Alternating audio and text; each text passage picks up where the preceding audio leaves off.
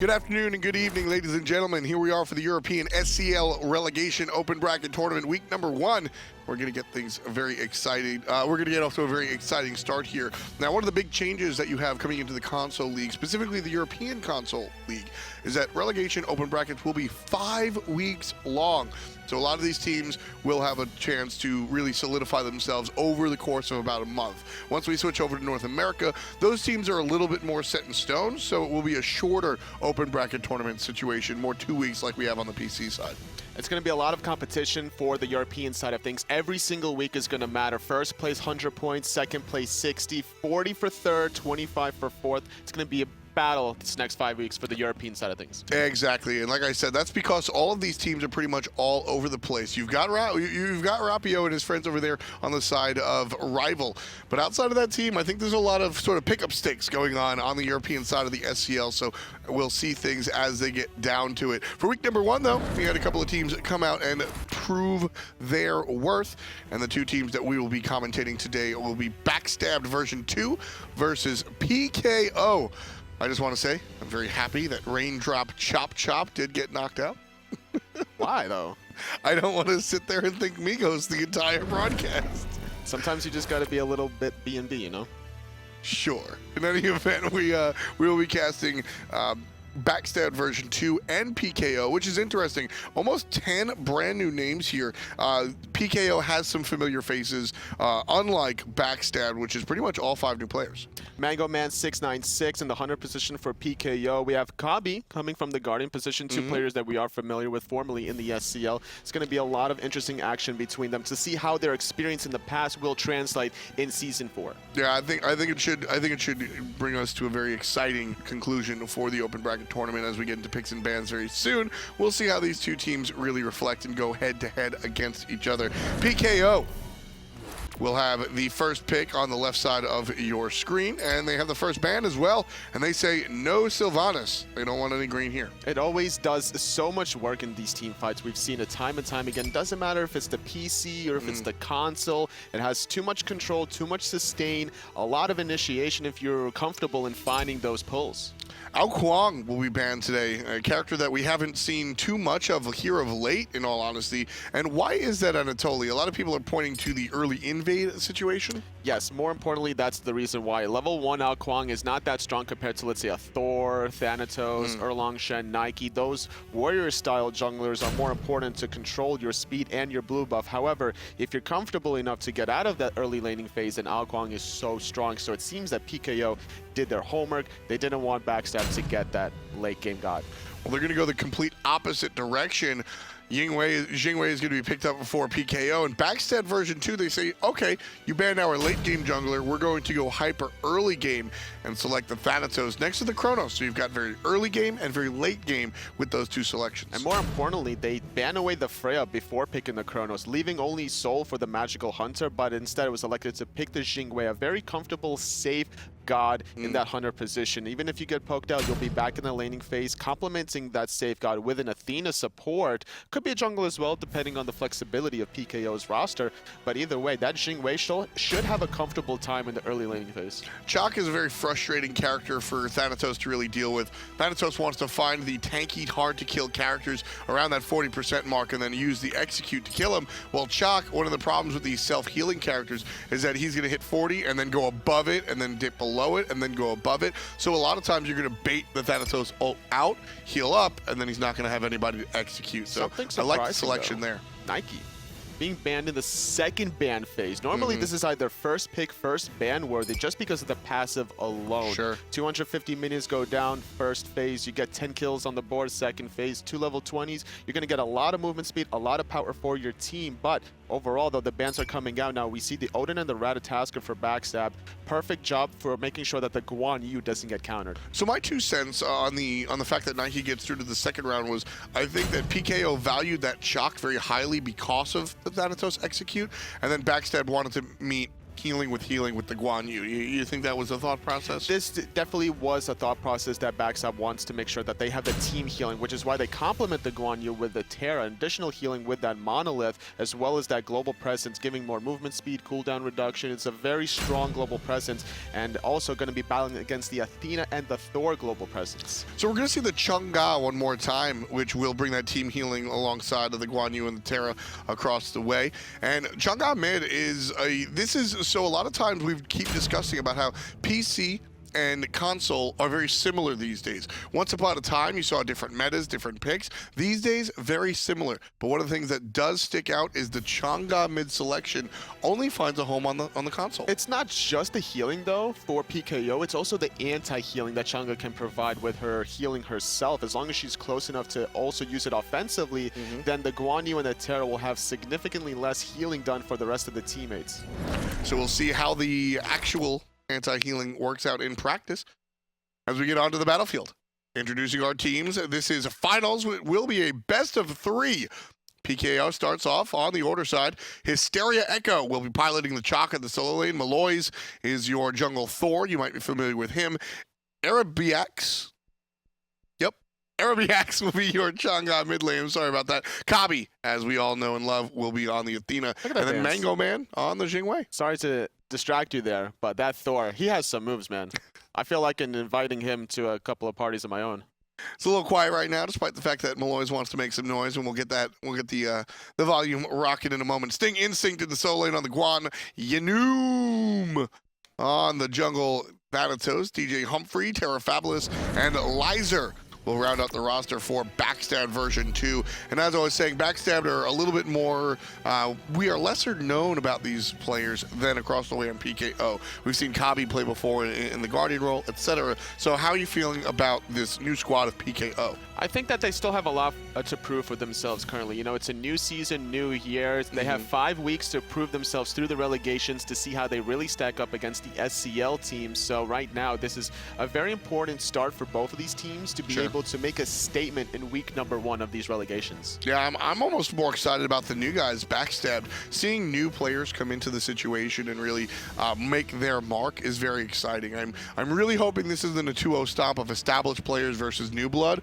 I really want to see the new characters come out and sort of flex different things. They brought the Terra, they brought the Guan Yu, so they have a strategy. Will the Chang'e be enough to topple it? I think that as long as they get the Jing in a very comfortable position here, especially against a Chronos who's not the best in the early laning phase from levels 1 through 7 specifically, especially with Athena supporting that Jing, that they should be able to kind of control that dual laning phase and play off of that, transition that into some Gold Furies, and then look for more opportunities from there. And that's very scary for a relatively unknown team to be able to make plays like that. And we'll see how they kind of translate that, because PKO, like you mentioned before, they're more established, they're more known, so there's more homework that Backstab could potentially pull away from them. That's a good point.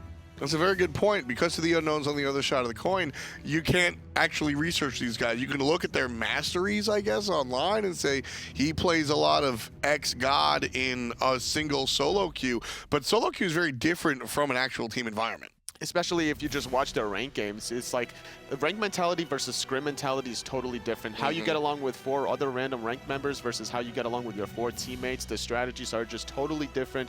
You're not necessarily always going to be making the highlight plays in the scrim environment, in the match environment. You're always playing with the team, looking for the objectives whenever you can find them off the kills instead of chasing another kill past a tier 2 tower, for example. As some players like to do. Going back to your old Dignitas days there, totally. You know, maybe. Either way, though, the SCL certainly coming down to it. As we said, finals will be a best of 3, and here on the European side, we're going to have 5 weeks of relegation open bracket. So these teams, even if they don't perform this week, they'll be able to come back, and I think that's very positive for a team like Backstab version 2, who they made it all the way through to the finals. Clearly, they've got something going for them, right? And here, even if they falter to PKO in the finals right now, they'll be able to, 1, go back and look at their VODs and see what's going on, not just once, but twice, 3 times, 4 times. And I think that's very important for a young scene like the European Console League. And on top of that, that's going to at least guarantee themselves 60 points heading into week number 2, which puts them in a good spot. They only need to get a certain amount of points to qualify. As long as they can consistently get second place, then obviously they will automatically qualify through these open brackets and get a chance for an opportunity to qualify to that SCL. And like you mentioned before, a lot of homework for them to be able to do off of this week and the future 4 weeks for not just themselves in this finals game, but they can also look back at the previous matches against Backstab version 2. Getting back into the game in just a couple of moments here, folks, fixing out some of those sound issues for you. And when you're playing Chaac, sound is certainly a very big deal about what that guy wants to bring. The Chang'e mid lane, again, is a very odd pick. That let's get into game as we discussed the Chang'e. Very odd pick that we don't see a lot of, specifically in the mid lane. Now, you mentioned the fact that she brings the anti-heal, which is going to be very important. But Eribiiax on this Chang'e mid, what is he looking for? Why does Chang'e work here in the mid, but we still don't see her often? It's more important, the global pressure, to complement with Eribiiax on the Chang'e, because you have to have protection in the early laning phase. Chang'e can be very vulnerable, obviously, utilizing her first ability. Puts her relatively close to the minion wave if she wants to hit both the melee minions and the archers. So you have to have that long-range support between the Thor wall or even just the Athena ultimate to mitigate some of that damage. Yeah, so we'll take a look at how that works out. So whenever I see a janky pick like this, I always want to keep my eye on it to see if it actually works. Even if it fails, if the idea was there, or if it was just somebody like Paul that just wants to play Hebo in the long lane. Looking at the relic situation, though, between these two soul laners, I like the idea that Instinct has brought out to the table, going for that early meditation with the Bluestone pen, and now having 4 health pots, 4 multi-pots. He really wants to stay in the laning phase as long as possible without having to even go back for teleport. So early on in the conversation, you brought up this duo lane, or, well, the hunter lane, as we'll call it these days. Looking towards the Jingwei and the Chronos. Jingwei had to take the safe way all the way around the tower, as Chronos had some help in the jungle. Will that really impact the lane in the long term, or is it just for right now? It's just for that one individual wave. We saw Athena make the early rotation to the mid lane, which is why the Terra was still sitting in the duo lane, trying to help out Lyzurrr, making sure that Mango Man would struggle a little bit. And even though he will still be able to clear that wave, he's going to take a little bit of poke in the process. So right now, very early on in this game, not a lot of aggression, despite the fact that Yenoom is on that Thanatos. A lot of times when we see a Thanatos, you're almost guaranteed an invade. And if you don't see an invade, you at least see an early attempt at killing somebody. But right now, Thanatos just seems to be going through the motions, sitting over there in the mid lane. Instinct, though, taking a lot of poke from Echo. This is what Chaac players really like to do. This is why you have to be so mindful about your positioning against the Chaac. He'll drop the axe to hit you and the melee minions, which is what we saw there. And Instinct at this current level 3 is not able to really clear the wave quick enough to be able to avoid the second axe. And the big axe damage is what you see right away, but what a lot of players get in trouble with is the basic attack damage after the rain dance. It's a heal, sure, but it's a slow. And with that short range dash that Guan has, you're going to slow him down, you're going to be able to use those basics over and over again, and you'll realize quickly that Chaac does a lot of damage with them. Absolutely, but Echo is taking a lot of poke. Instinct is going to go in the cavalry charge. This could be first blood. He finds the third hit. The second tower shot not going to connect, even using that meditation to stay afloat in case that rotation happened. Two big misplays coming out there from the Chaac player. One, he missed the axe on the player. He tried to hit the minions and he got it, but he didn't hit the Guan Yu. And then of course, not having the torrent available to teleport back away from the Guan Yu, that was a big deal. I love the confidence from Instinct to be able to pick up this meditation and stay in the laning phase with it, because now if he hits level 12 and he's in a comfortable lead, he doesn't necessarily even have to go for that teleport. He can still go for more of a team fighting relic. He can either go for the curse to be able to mitigate some of the healing that Eribiiax is going to provide and Echo, or he can also go for the sprint to make sure that the rest of his team is going to be able to go deep in that backline. Yeah, a lot of times you'll see players come to lane without any relic at all, thinking that they'll pick up the meditation later on if they can actually survive the first couple of waves, and then if they do die early, they'll go pick up the teleport. This was just pure confidence. Just like this invade, that's the Thanatos getting ready. As soon as he hits level 5, you'll see the Thanatos comes through and helps take care of his own buff because of the threat of the PKO invade. Have to be careful because the Thor can always be using that ultimate from a distance. It covers it a lot faster than the Thanatos because the Thor goes up in the sky and he can pinpoint where he wants to land at a split second, whereas Thanatos stays and hovers in the air while moving. And when he decides to descend, it's relatively close from the point of the air to the landing point. Mid Harpies looks like he went 1 for 1 so far. Teams separated by literally 6 gold wave to wave. That one is probably one of the closer situations. Not like that Thor ult, pretty far away. Might be seeing first blood. Up, down, coming out of Yenoom. There's damage onto the jungler. Fabulous is going to go down, and Eribiiax gets credit for the kill. The mid Chang'e starts things off. Great job, but the rotation is now coming on board for Instinct. He's not in range to afford the stun. He's making his presence known, though. Chaac is now making the rotation. Doesn't really want to dive that tier 1 tower, but now with CobbY, barely avoiding that root. If that root connected, that might have been a dead CobbY. Look at that situation right there. Heal out of the Guan plus the meditation. Heals backstabbed up to 100%, but very quickly, damage from the mid lane deals down Yenoom to about 45% HP. Overall, though, now PKO, they feel like they're confident enough to continue the jungle side pressure in the solo lane. They were maybe considering peeking their head around the corner of the speed buff, but instead electing to play it really safe, still just going for those fire giant elementals, heading into the 5-minute mark. It is a 1 for 1. Only about, there's like no lead for either team. Every single time this taunt is up, Athena's going for it. Love that decision, especially when you have a Chang'e. Chang'e's not a character that you get one taunt and I'm going to crack it. Chang'e's looking to use the poke here and there and just be able to dance through the situation. So every time you see that taunt available, you're going to get the taunt into some damage from Chang'e. You do that every time it comes off cooldown, Toli. All of a sudden, you're talking about some serious damage. Already, Mango Man forcing the ultimate from Lyzurrr just to stay in the laning phase. That could invite a gank opportunity here from Maloaise if he really wants to, especially with CobbY maybe using the Athena ultimate on top of Mango Man. Couple of basics, gonna miss. Some will hit, about 50% right now, but can't rewind that damage. That's going to be permanent right now for Lyzurrr underneath the tower. Just slow and steady is the poke coming from Mango Man. He wants to be able to poke out this Chronos and take advantage of the fact that the ultimate is on cooldown. Nice attempt here coming out of Backstab V2, utilizing that Thanatos ultimate with the dash from Humphrey, but Maloaise barely off the mark. Oh, the beans are going to be used, and it's not good enough. CobbY with the Goomba Stomp comes down for the 3rd kill of the game, the 2nd for PKO. Teams are a little bit separated, though, in the backline. We see both the Chang'e and the Athena zoning out a few members, as it was just a Terra alone, and now a solo kill as Chaac was able to take out Guan. Thanatos finished things off in the jungle, and here it is on the left-hand side. Yenoom trying to get the damage, misses the scythe.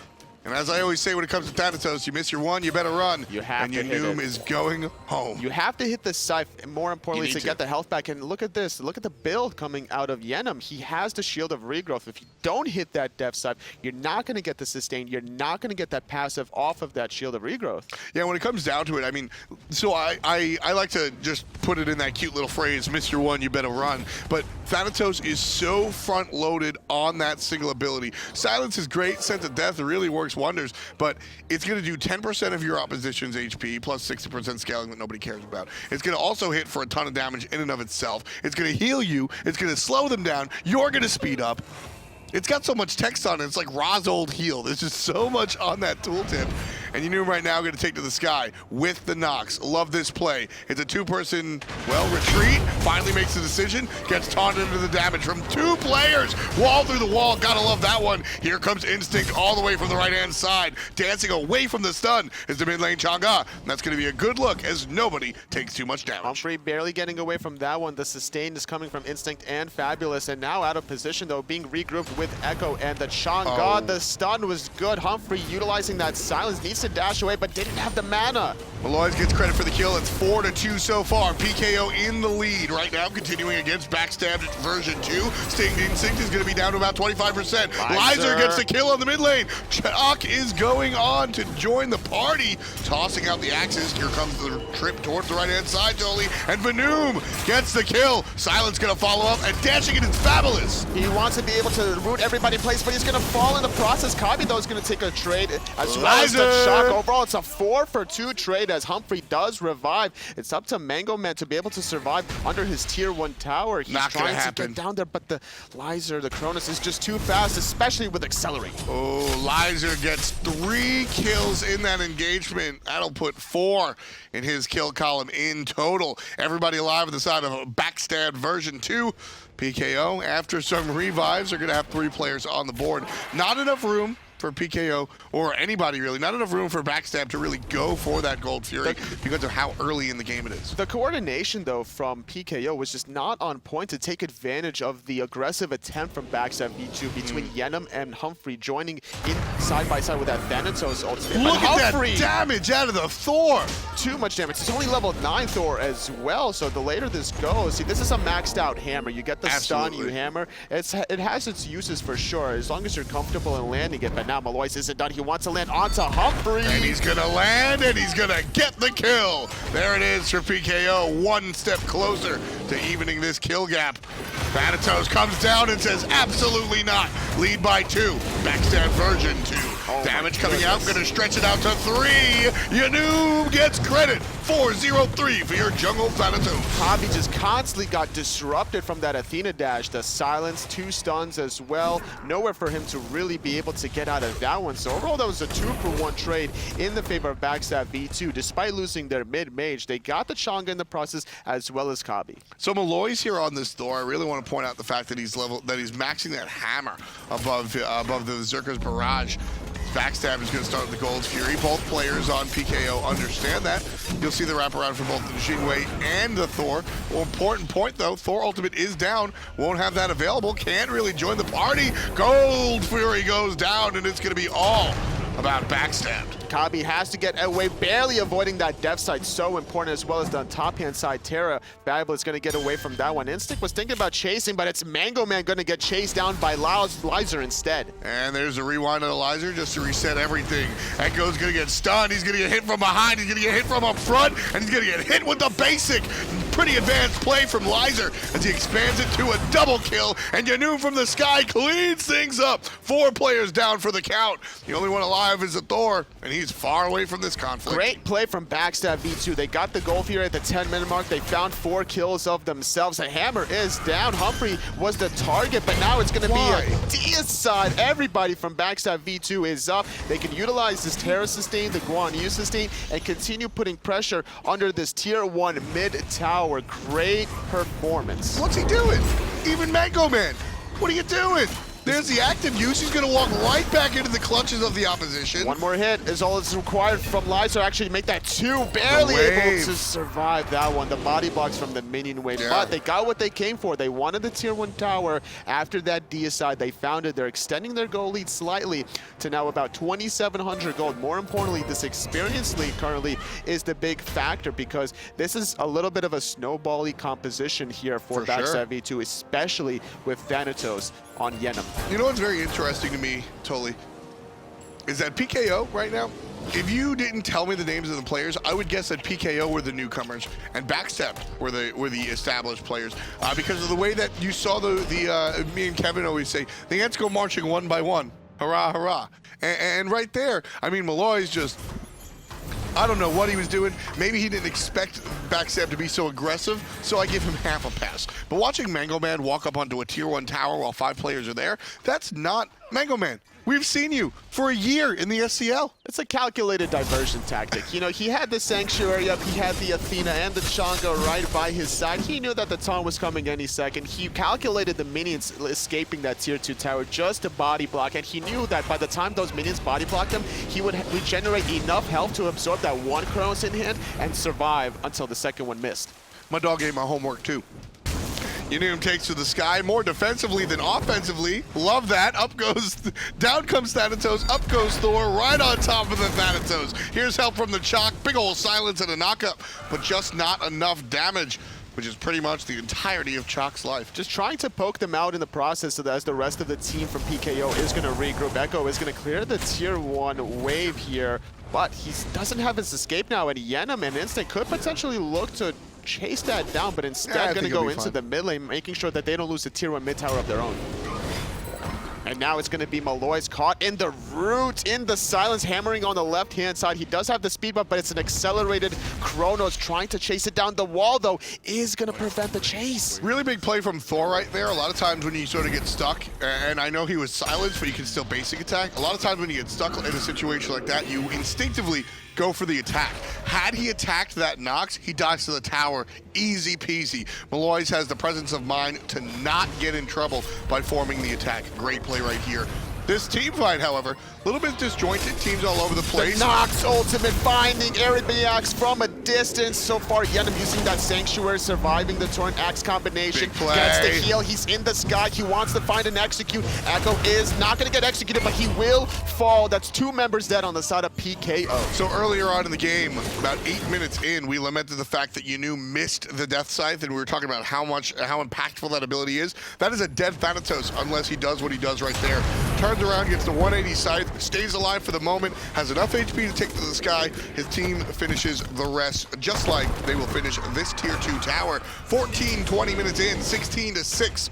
Read the kills, and backstabbed. The newcomers are up 5,000 gold. Very comfortable lead, and on top of this lead, they also have the sustain to boot. So now all they really have to do is just continue to group up as 5 members. Gold Fury is about to respawn in 30 seconds. This should be their next objective. Looking at the left-hand side of the map, they already got the Tier 1 and Tier 2 in mid. There's no real need to focus on the solo lane because the Fire Giant is too difficult to take down. They don't really have to worry about PKO sneaking away that one, especially considering the fact that they don't have any Wraths. Thanatos going a very aggressive build here. Normally you see Thanatoses go into the more defensive style after the first or second item. You generally see, well, any boots that Thanatos feels fit. One aggressive item for cooldown, and then the rest tends to be defensive. But with the lead that he's given, you mentioned Snowball before, Regrowth will be the only defensive item that we see right now. He's got hi-rez, and then building into another offensive item of Jotun's Wrath. As long as he's very patient with his engagements, he doesn't really need to build defensively at this point because there's a lot of area of effect and distance control from backstab V2 between the Nox using that silence root combination. Chronos can throw out the time stop from a distance. Obviously, Fabulous can also get off any roots, any stuns that he wants to. So all Yenoom has to do is just wait patiently, throw out the Death Scythes at any stunned or rooted target, and wait for somebody to get low enough to get executed. Very true. Definitely want to keep our eyes on the offensive Thanatos. Sense of Death activated, looking for the hit, finds it. Maloaise down to below half HP. He's executable up in the sky, but he's not going to get the kill. Beautiful dash away by Maloaise. Find himself out of harm's way, and a perfect wall, except 2 players on the wrong side. Not so perfect as Yenoom claims 2. Eribiiax falls down after the jungle Thor, and still keeping on. There's 3 for the Thanatos. Trips 4, giving him money, looking for number 5. Mango Man takes to the sky. We'll see a bit of a reprieve, and objective-minded. Love to see the Thanatos stick onto that tower. Not gonna chase the pentakill here. That be that. And the Phoenix goes down. A great play from the Thanatos, finding 4 kills and still having the objective mindset to not chase down that pentakill. They found the better objective, which was that middle Phoenix. There's a short time frame to be able to take advantage of that one. They're not playing around. They want this 100 points. So right before that engagement, I said, well, you don't usually see these offensive Thanatoses. Do you think it's going to be worth it, Tolly? And then homie gets a quadra kill. I get it. You want it, and it works out. So absolutely can't bash the man for that. Fantastic cleanup right there from the Thanatos. We're going to get back in the game in just a moment. We have a little bit of a player pause going on. So that Phoenix goes down. What's the next step for backstabbed? Well, Gold Fury's still up, Fire Giant is still up. Depending on the respawn timers for the team, it's still relatively low. Not too many high-level members on the side of PKO to get back. So I don't expect too much time to be able to down that Fire Giant objective. I would have liked to see here backstab to be able to just get the Gold Fury and then look to buy and reset. Start Sentry Warding around the Fire Giant and then apply more pressure, because when they roam together, they're always finding picks anyway. So if they find 2 more picks after they started the Sentry Warding Fire Giant, that's their opportunity to really close out the game. Totally says Gold Fury. Let's see if that's the case. We'll get back into the game right away. Best of 3 right here. This is the first game, 16.5 in, and backstabbed leading by a slew of gold. 5K to be a little bit more precise. We're joining in right after we saw Yenoom pick up a quadra kill, and then the mid lane Phoenix. Teams are shifting to the left side, specifically the red team. So it seems you were right. Look for the Gold Fury, then look for the Vision. The net worth, though, looking at these teams, such a big disparity between these 2 junglers. Now, 2,000 gold lead for the Thanatos. Now, granted, Thor can still play from behind and set up his teammates, but you're trying to set up a Chang'e who's also behind, and this is not going to be looking very pretty for PKO as the lead extends even further. Yeah, I mean, Chang'e in general, I said before, is a very different type of mage than some of your more traditional mid laners. And when you go the option of the Chang'e, Chang'e, and I was curious about this, though I didn't mention it totally. When you go the option of the Chang'e, which, let it be known, I don't dislike in and of itself, you always have to think about the composition as a whole. Chang'e brings a lot that other mages don't, but she lacks the burst damage. And when you have that situation, you want to find burst somewhere else. I don't see it on PKO. Well, Maloaise did have a lot of burst damage in the beginning of the game when he was level 9. We saw how much damage he did onto Humphrey when he was able to find the stun, find the double tap hammer, just absolutely chunking that mid Nox. But at this point, he's just getting further and further behind. He's still going really offensive now with the Hydra's Man, the Brawler Speed Stick, trying to limit some of the sustain between Instinct and Fabulous. But without some of the defenses, it's going to be very risky for him to stay in the team fight and deciding whether or not he wants to teleport to that hammer. Yeah, you know, when you see a pick like Chang'e, you almost want to see like maybe a mage jungle or a Naja type character that really makes up for the lack of burst. When you swap in odd picks, you want to be able to balance the equation, as I always say, and you're just losing burst damage here that I think is a part of why PKO hasn't been able to keep up with Backstab. You're seeing Backstab set up these team fights. Nox doing a fair amount of damage. Obviously, Yenoom on the Thanatos, 9, 0, and 8, completely a big part of it. Burst out of those two characters. PKO can't stand to dance. It's all about the team fights favoring Backstab, like you mentioned before. Lyzurrr, he's 8-1 and 8, and that's off of the back of getting poked out and bullied in the early laning phase. Mega Man was doing a good job, but it's actually Lyzurrr now getting the better end of it. 2 levels ahead. Both hunters with the red buff currently, but having more survivability with this wing blade allows him to chase down the Xingwei. Echo's getting chased down right now. Ultimate will be forced out by the Chaac. Covering the option is Yenoom. Not going to be deked out by the dash from the Chaac player. Hysteria Echo will be safe and sound as his teammates meet up with him. So not too big of a threat right there just yet, but Maloaise caught out one more time. Defensive ultimate sends him back home, and Backstab will group up 3 players deep in the mid lane, and now descending on the opposition. Long range sight, not going to find a home. That double tap, not as strong as it was before. No, not at all. It's unfortunately level 14 Thor compared to the level 17 onto Yenoom. 9, 0, and 8. Now having a decent amount of penetration with that Yonan's Wrath. Going for more of a magical defense style. This could be potentially the Bulwark of Hope, so that way when he does go in, he's going to have that magical bubble to keep him alive for a little bit longer, buying time for Instinct and Fabulous to get the sustain off.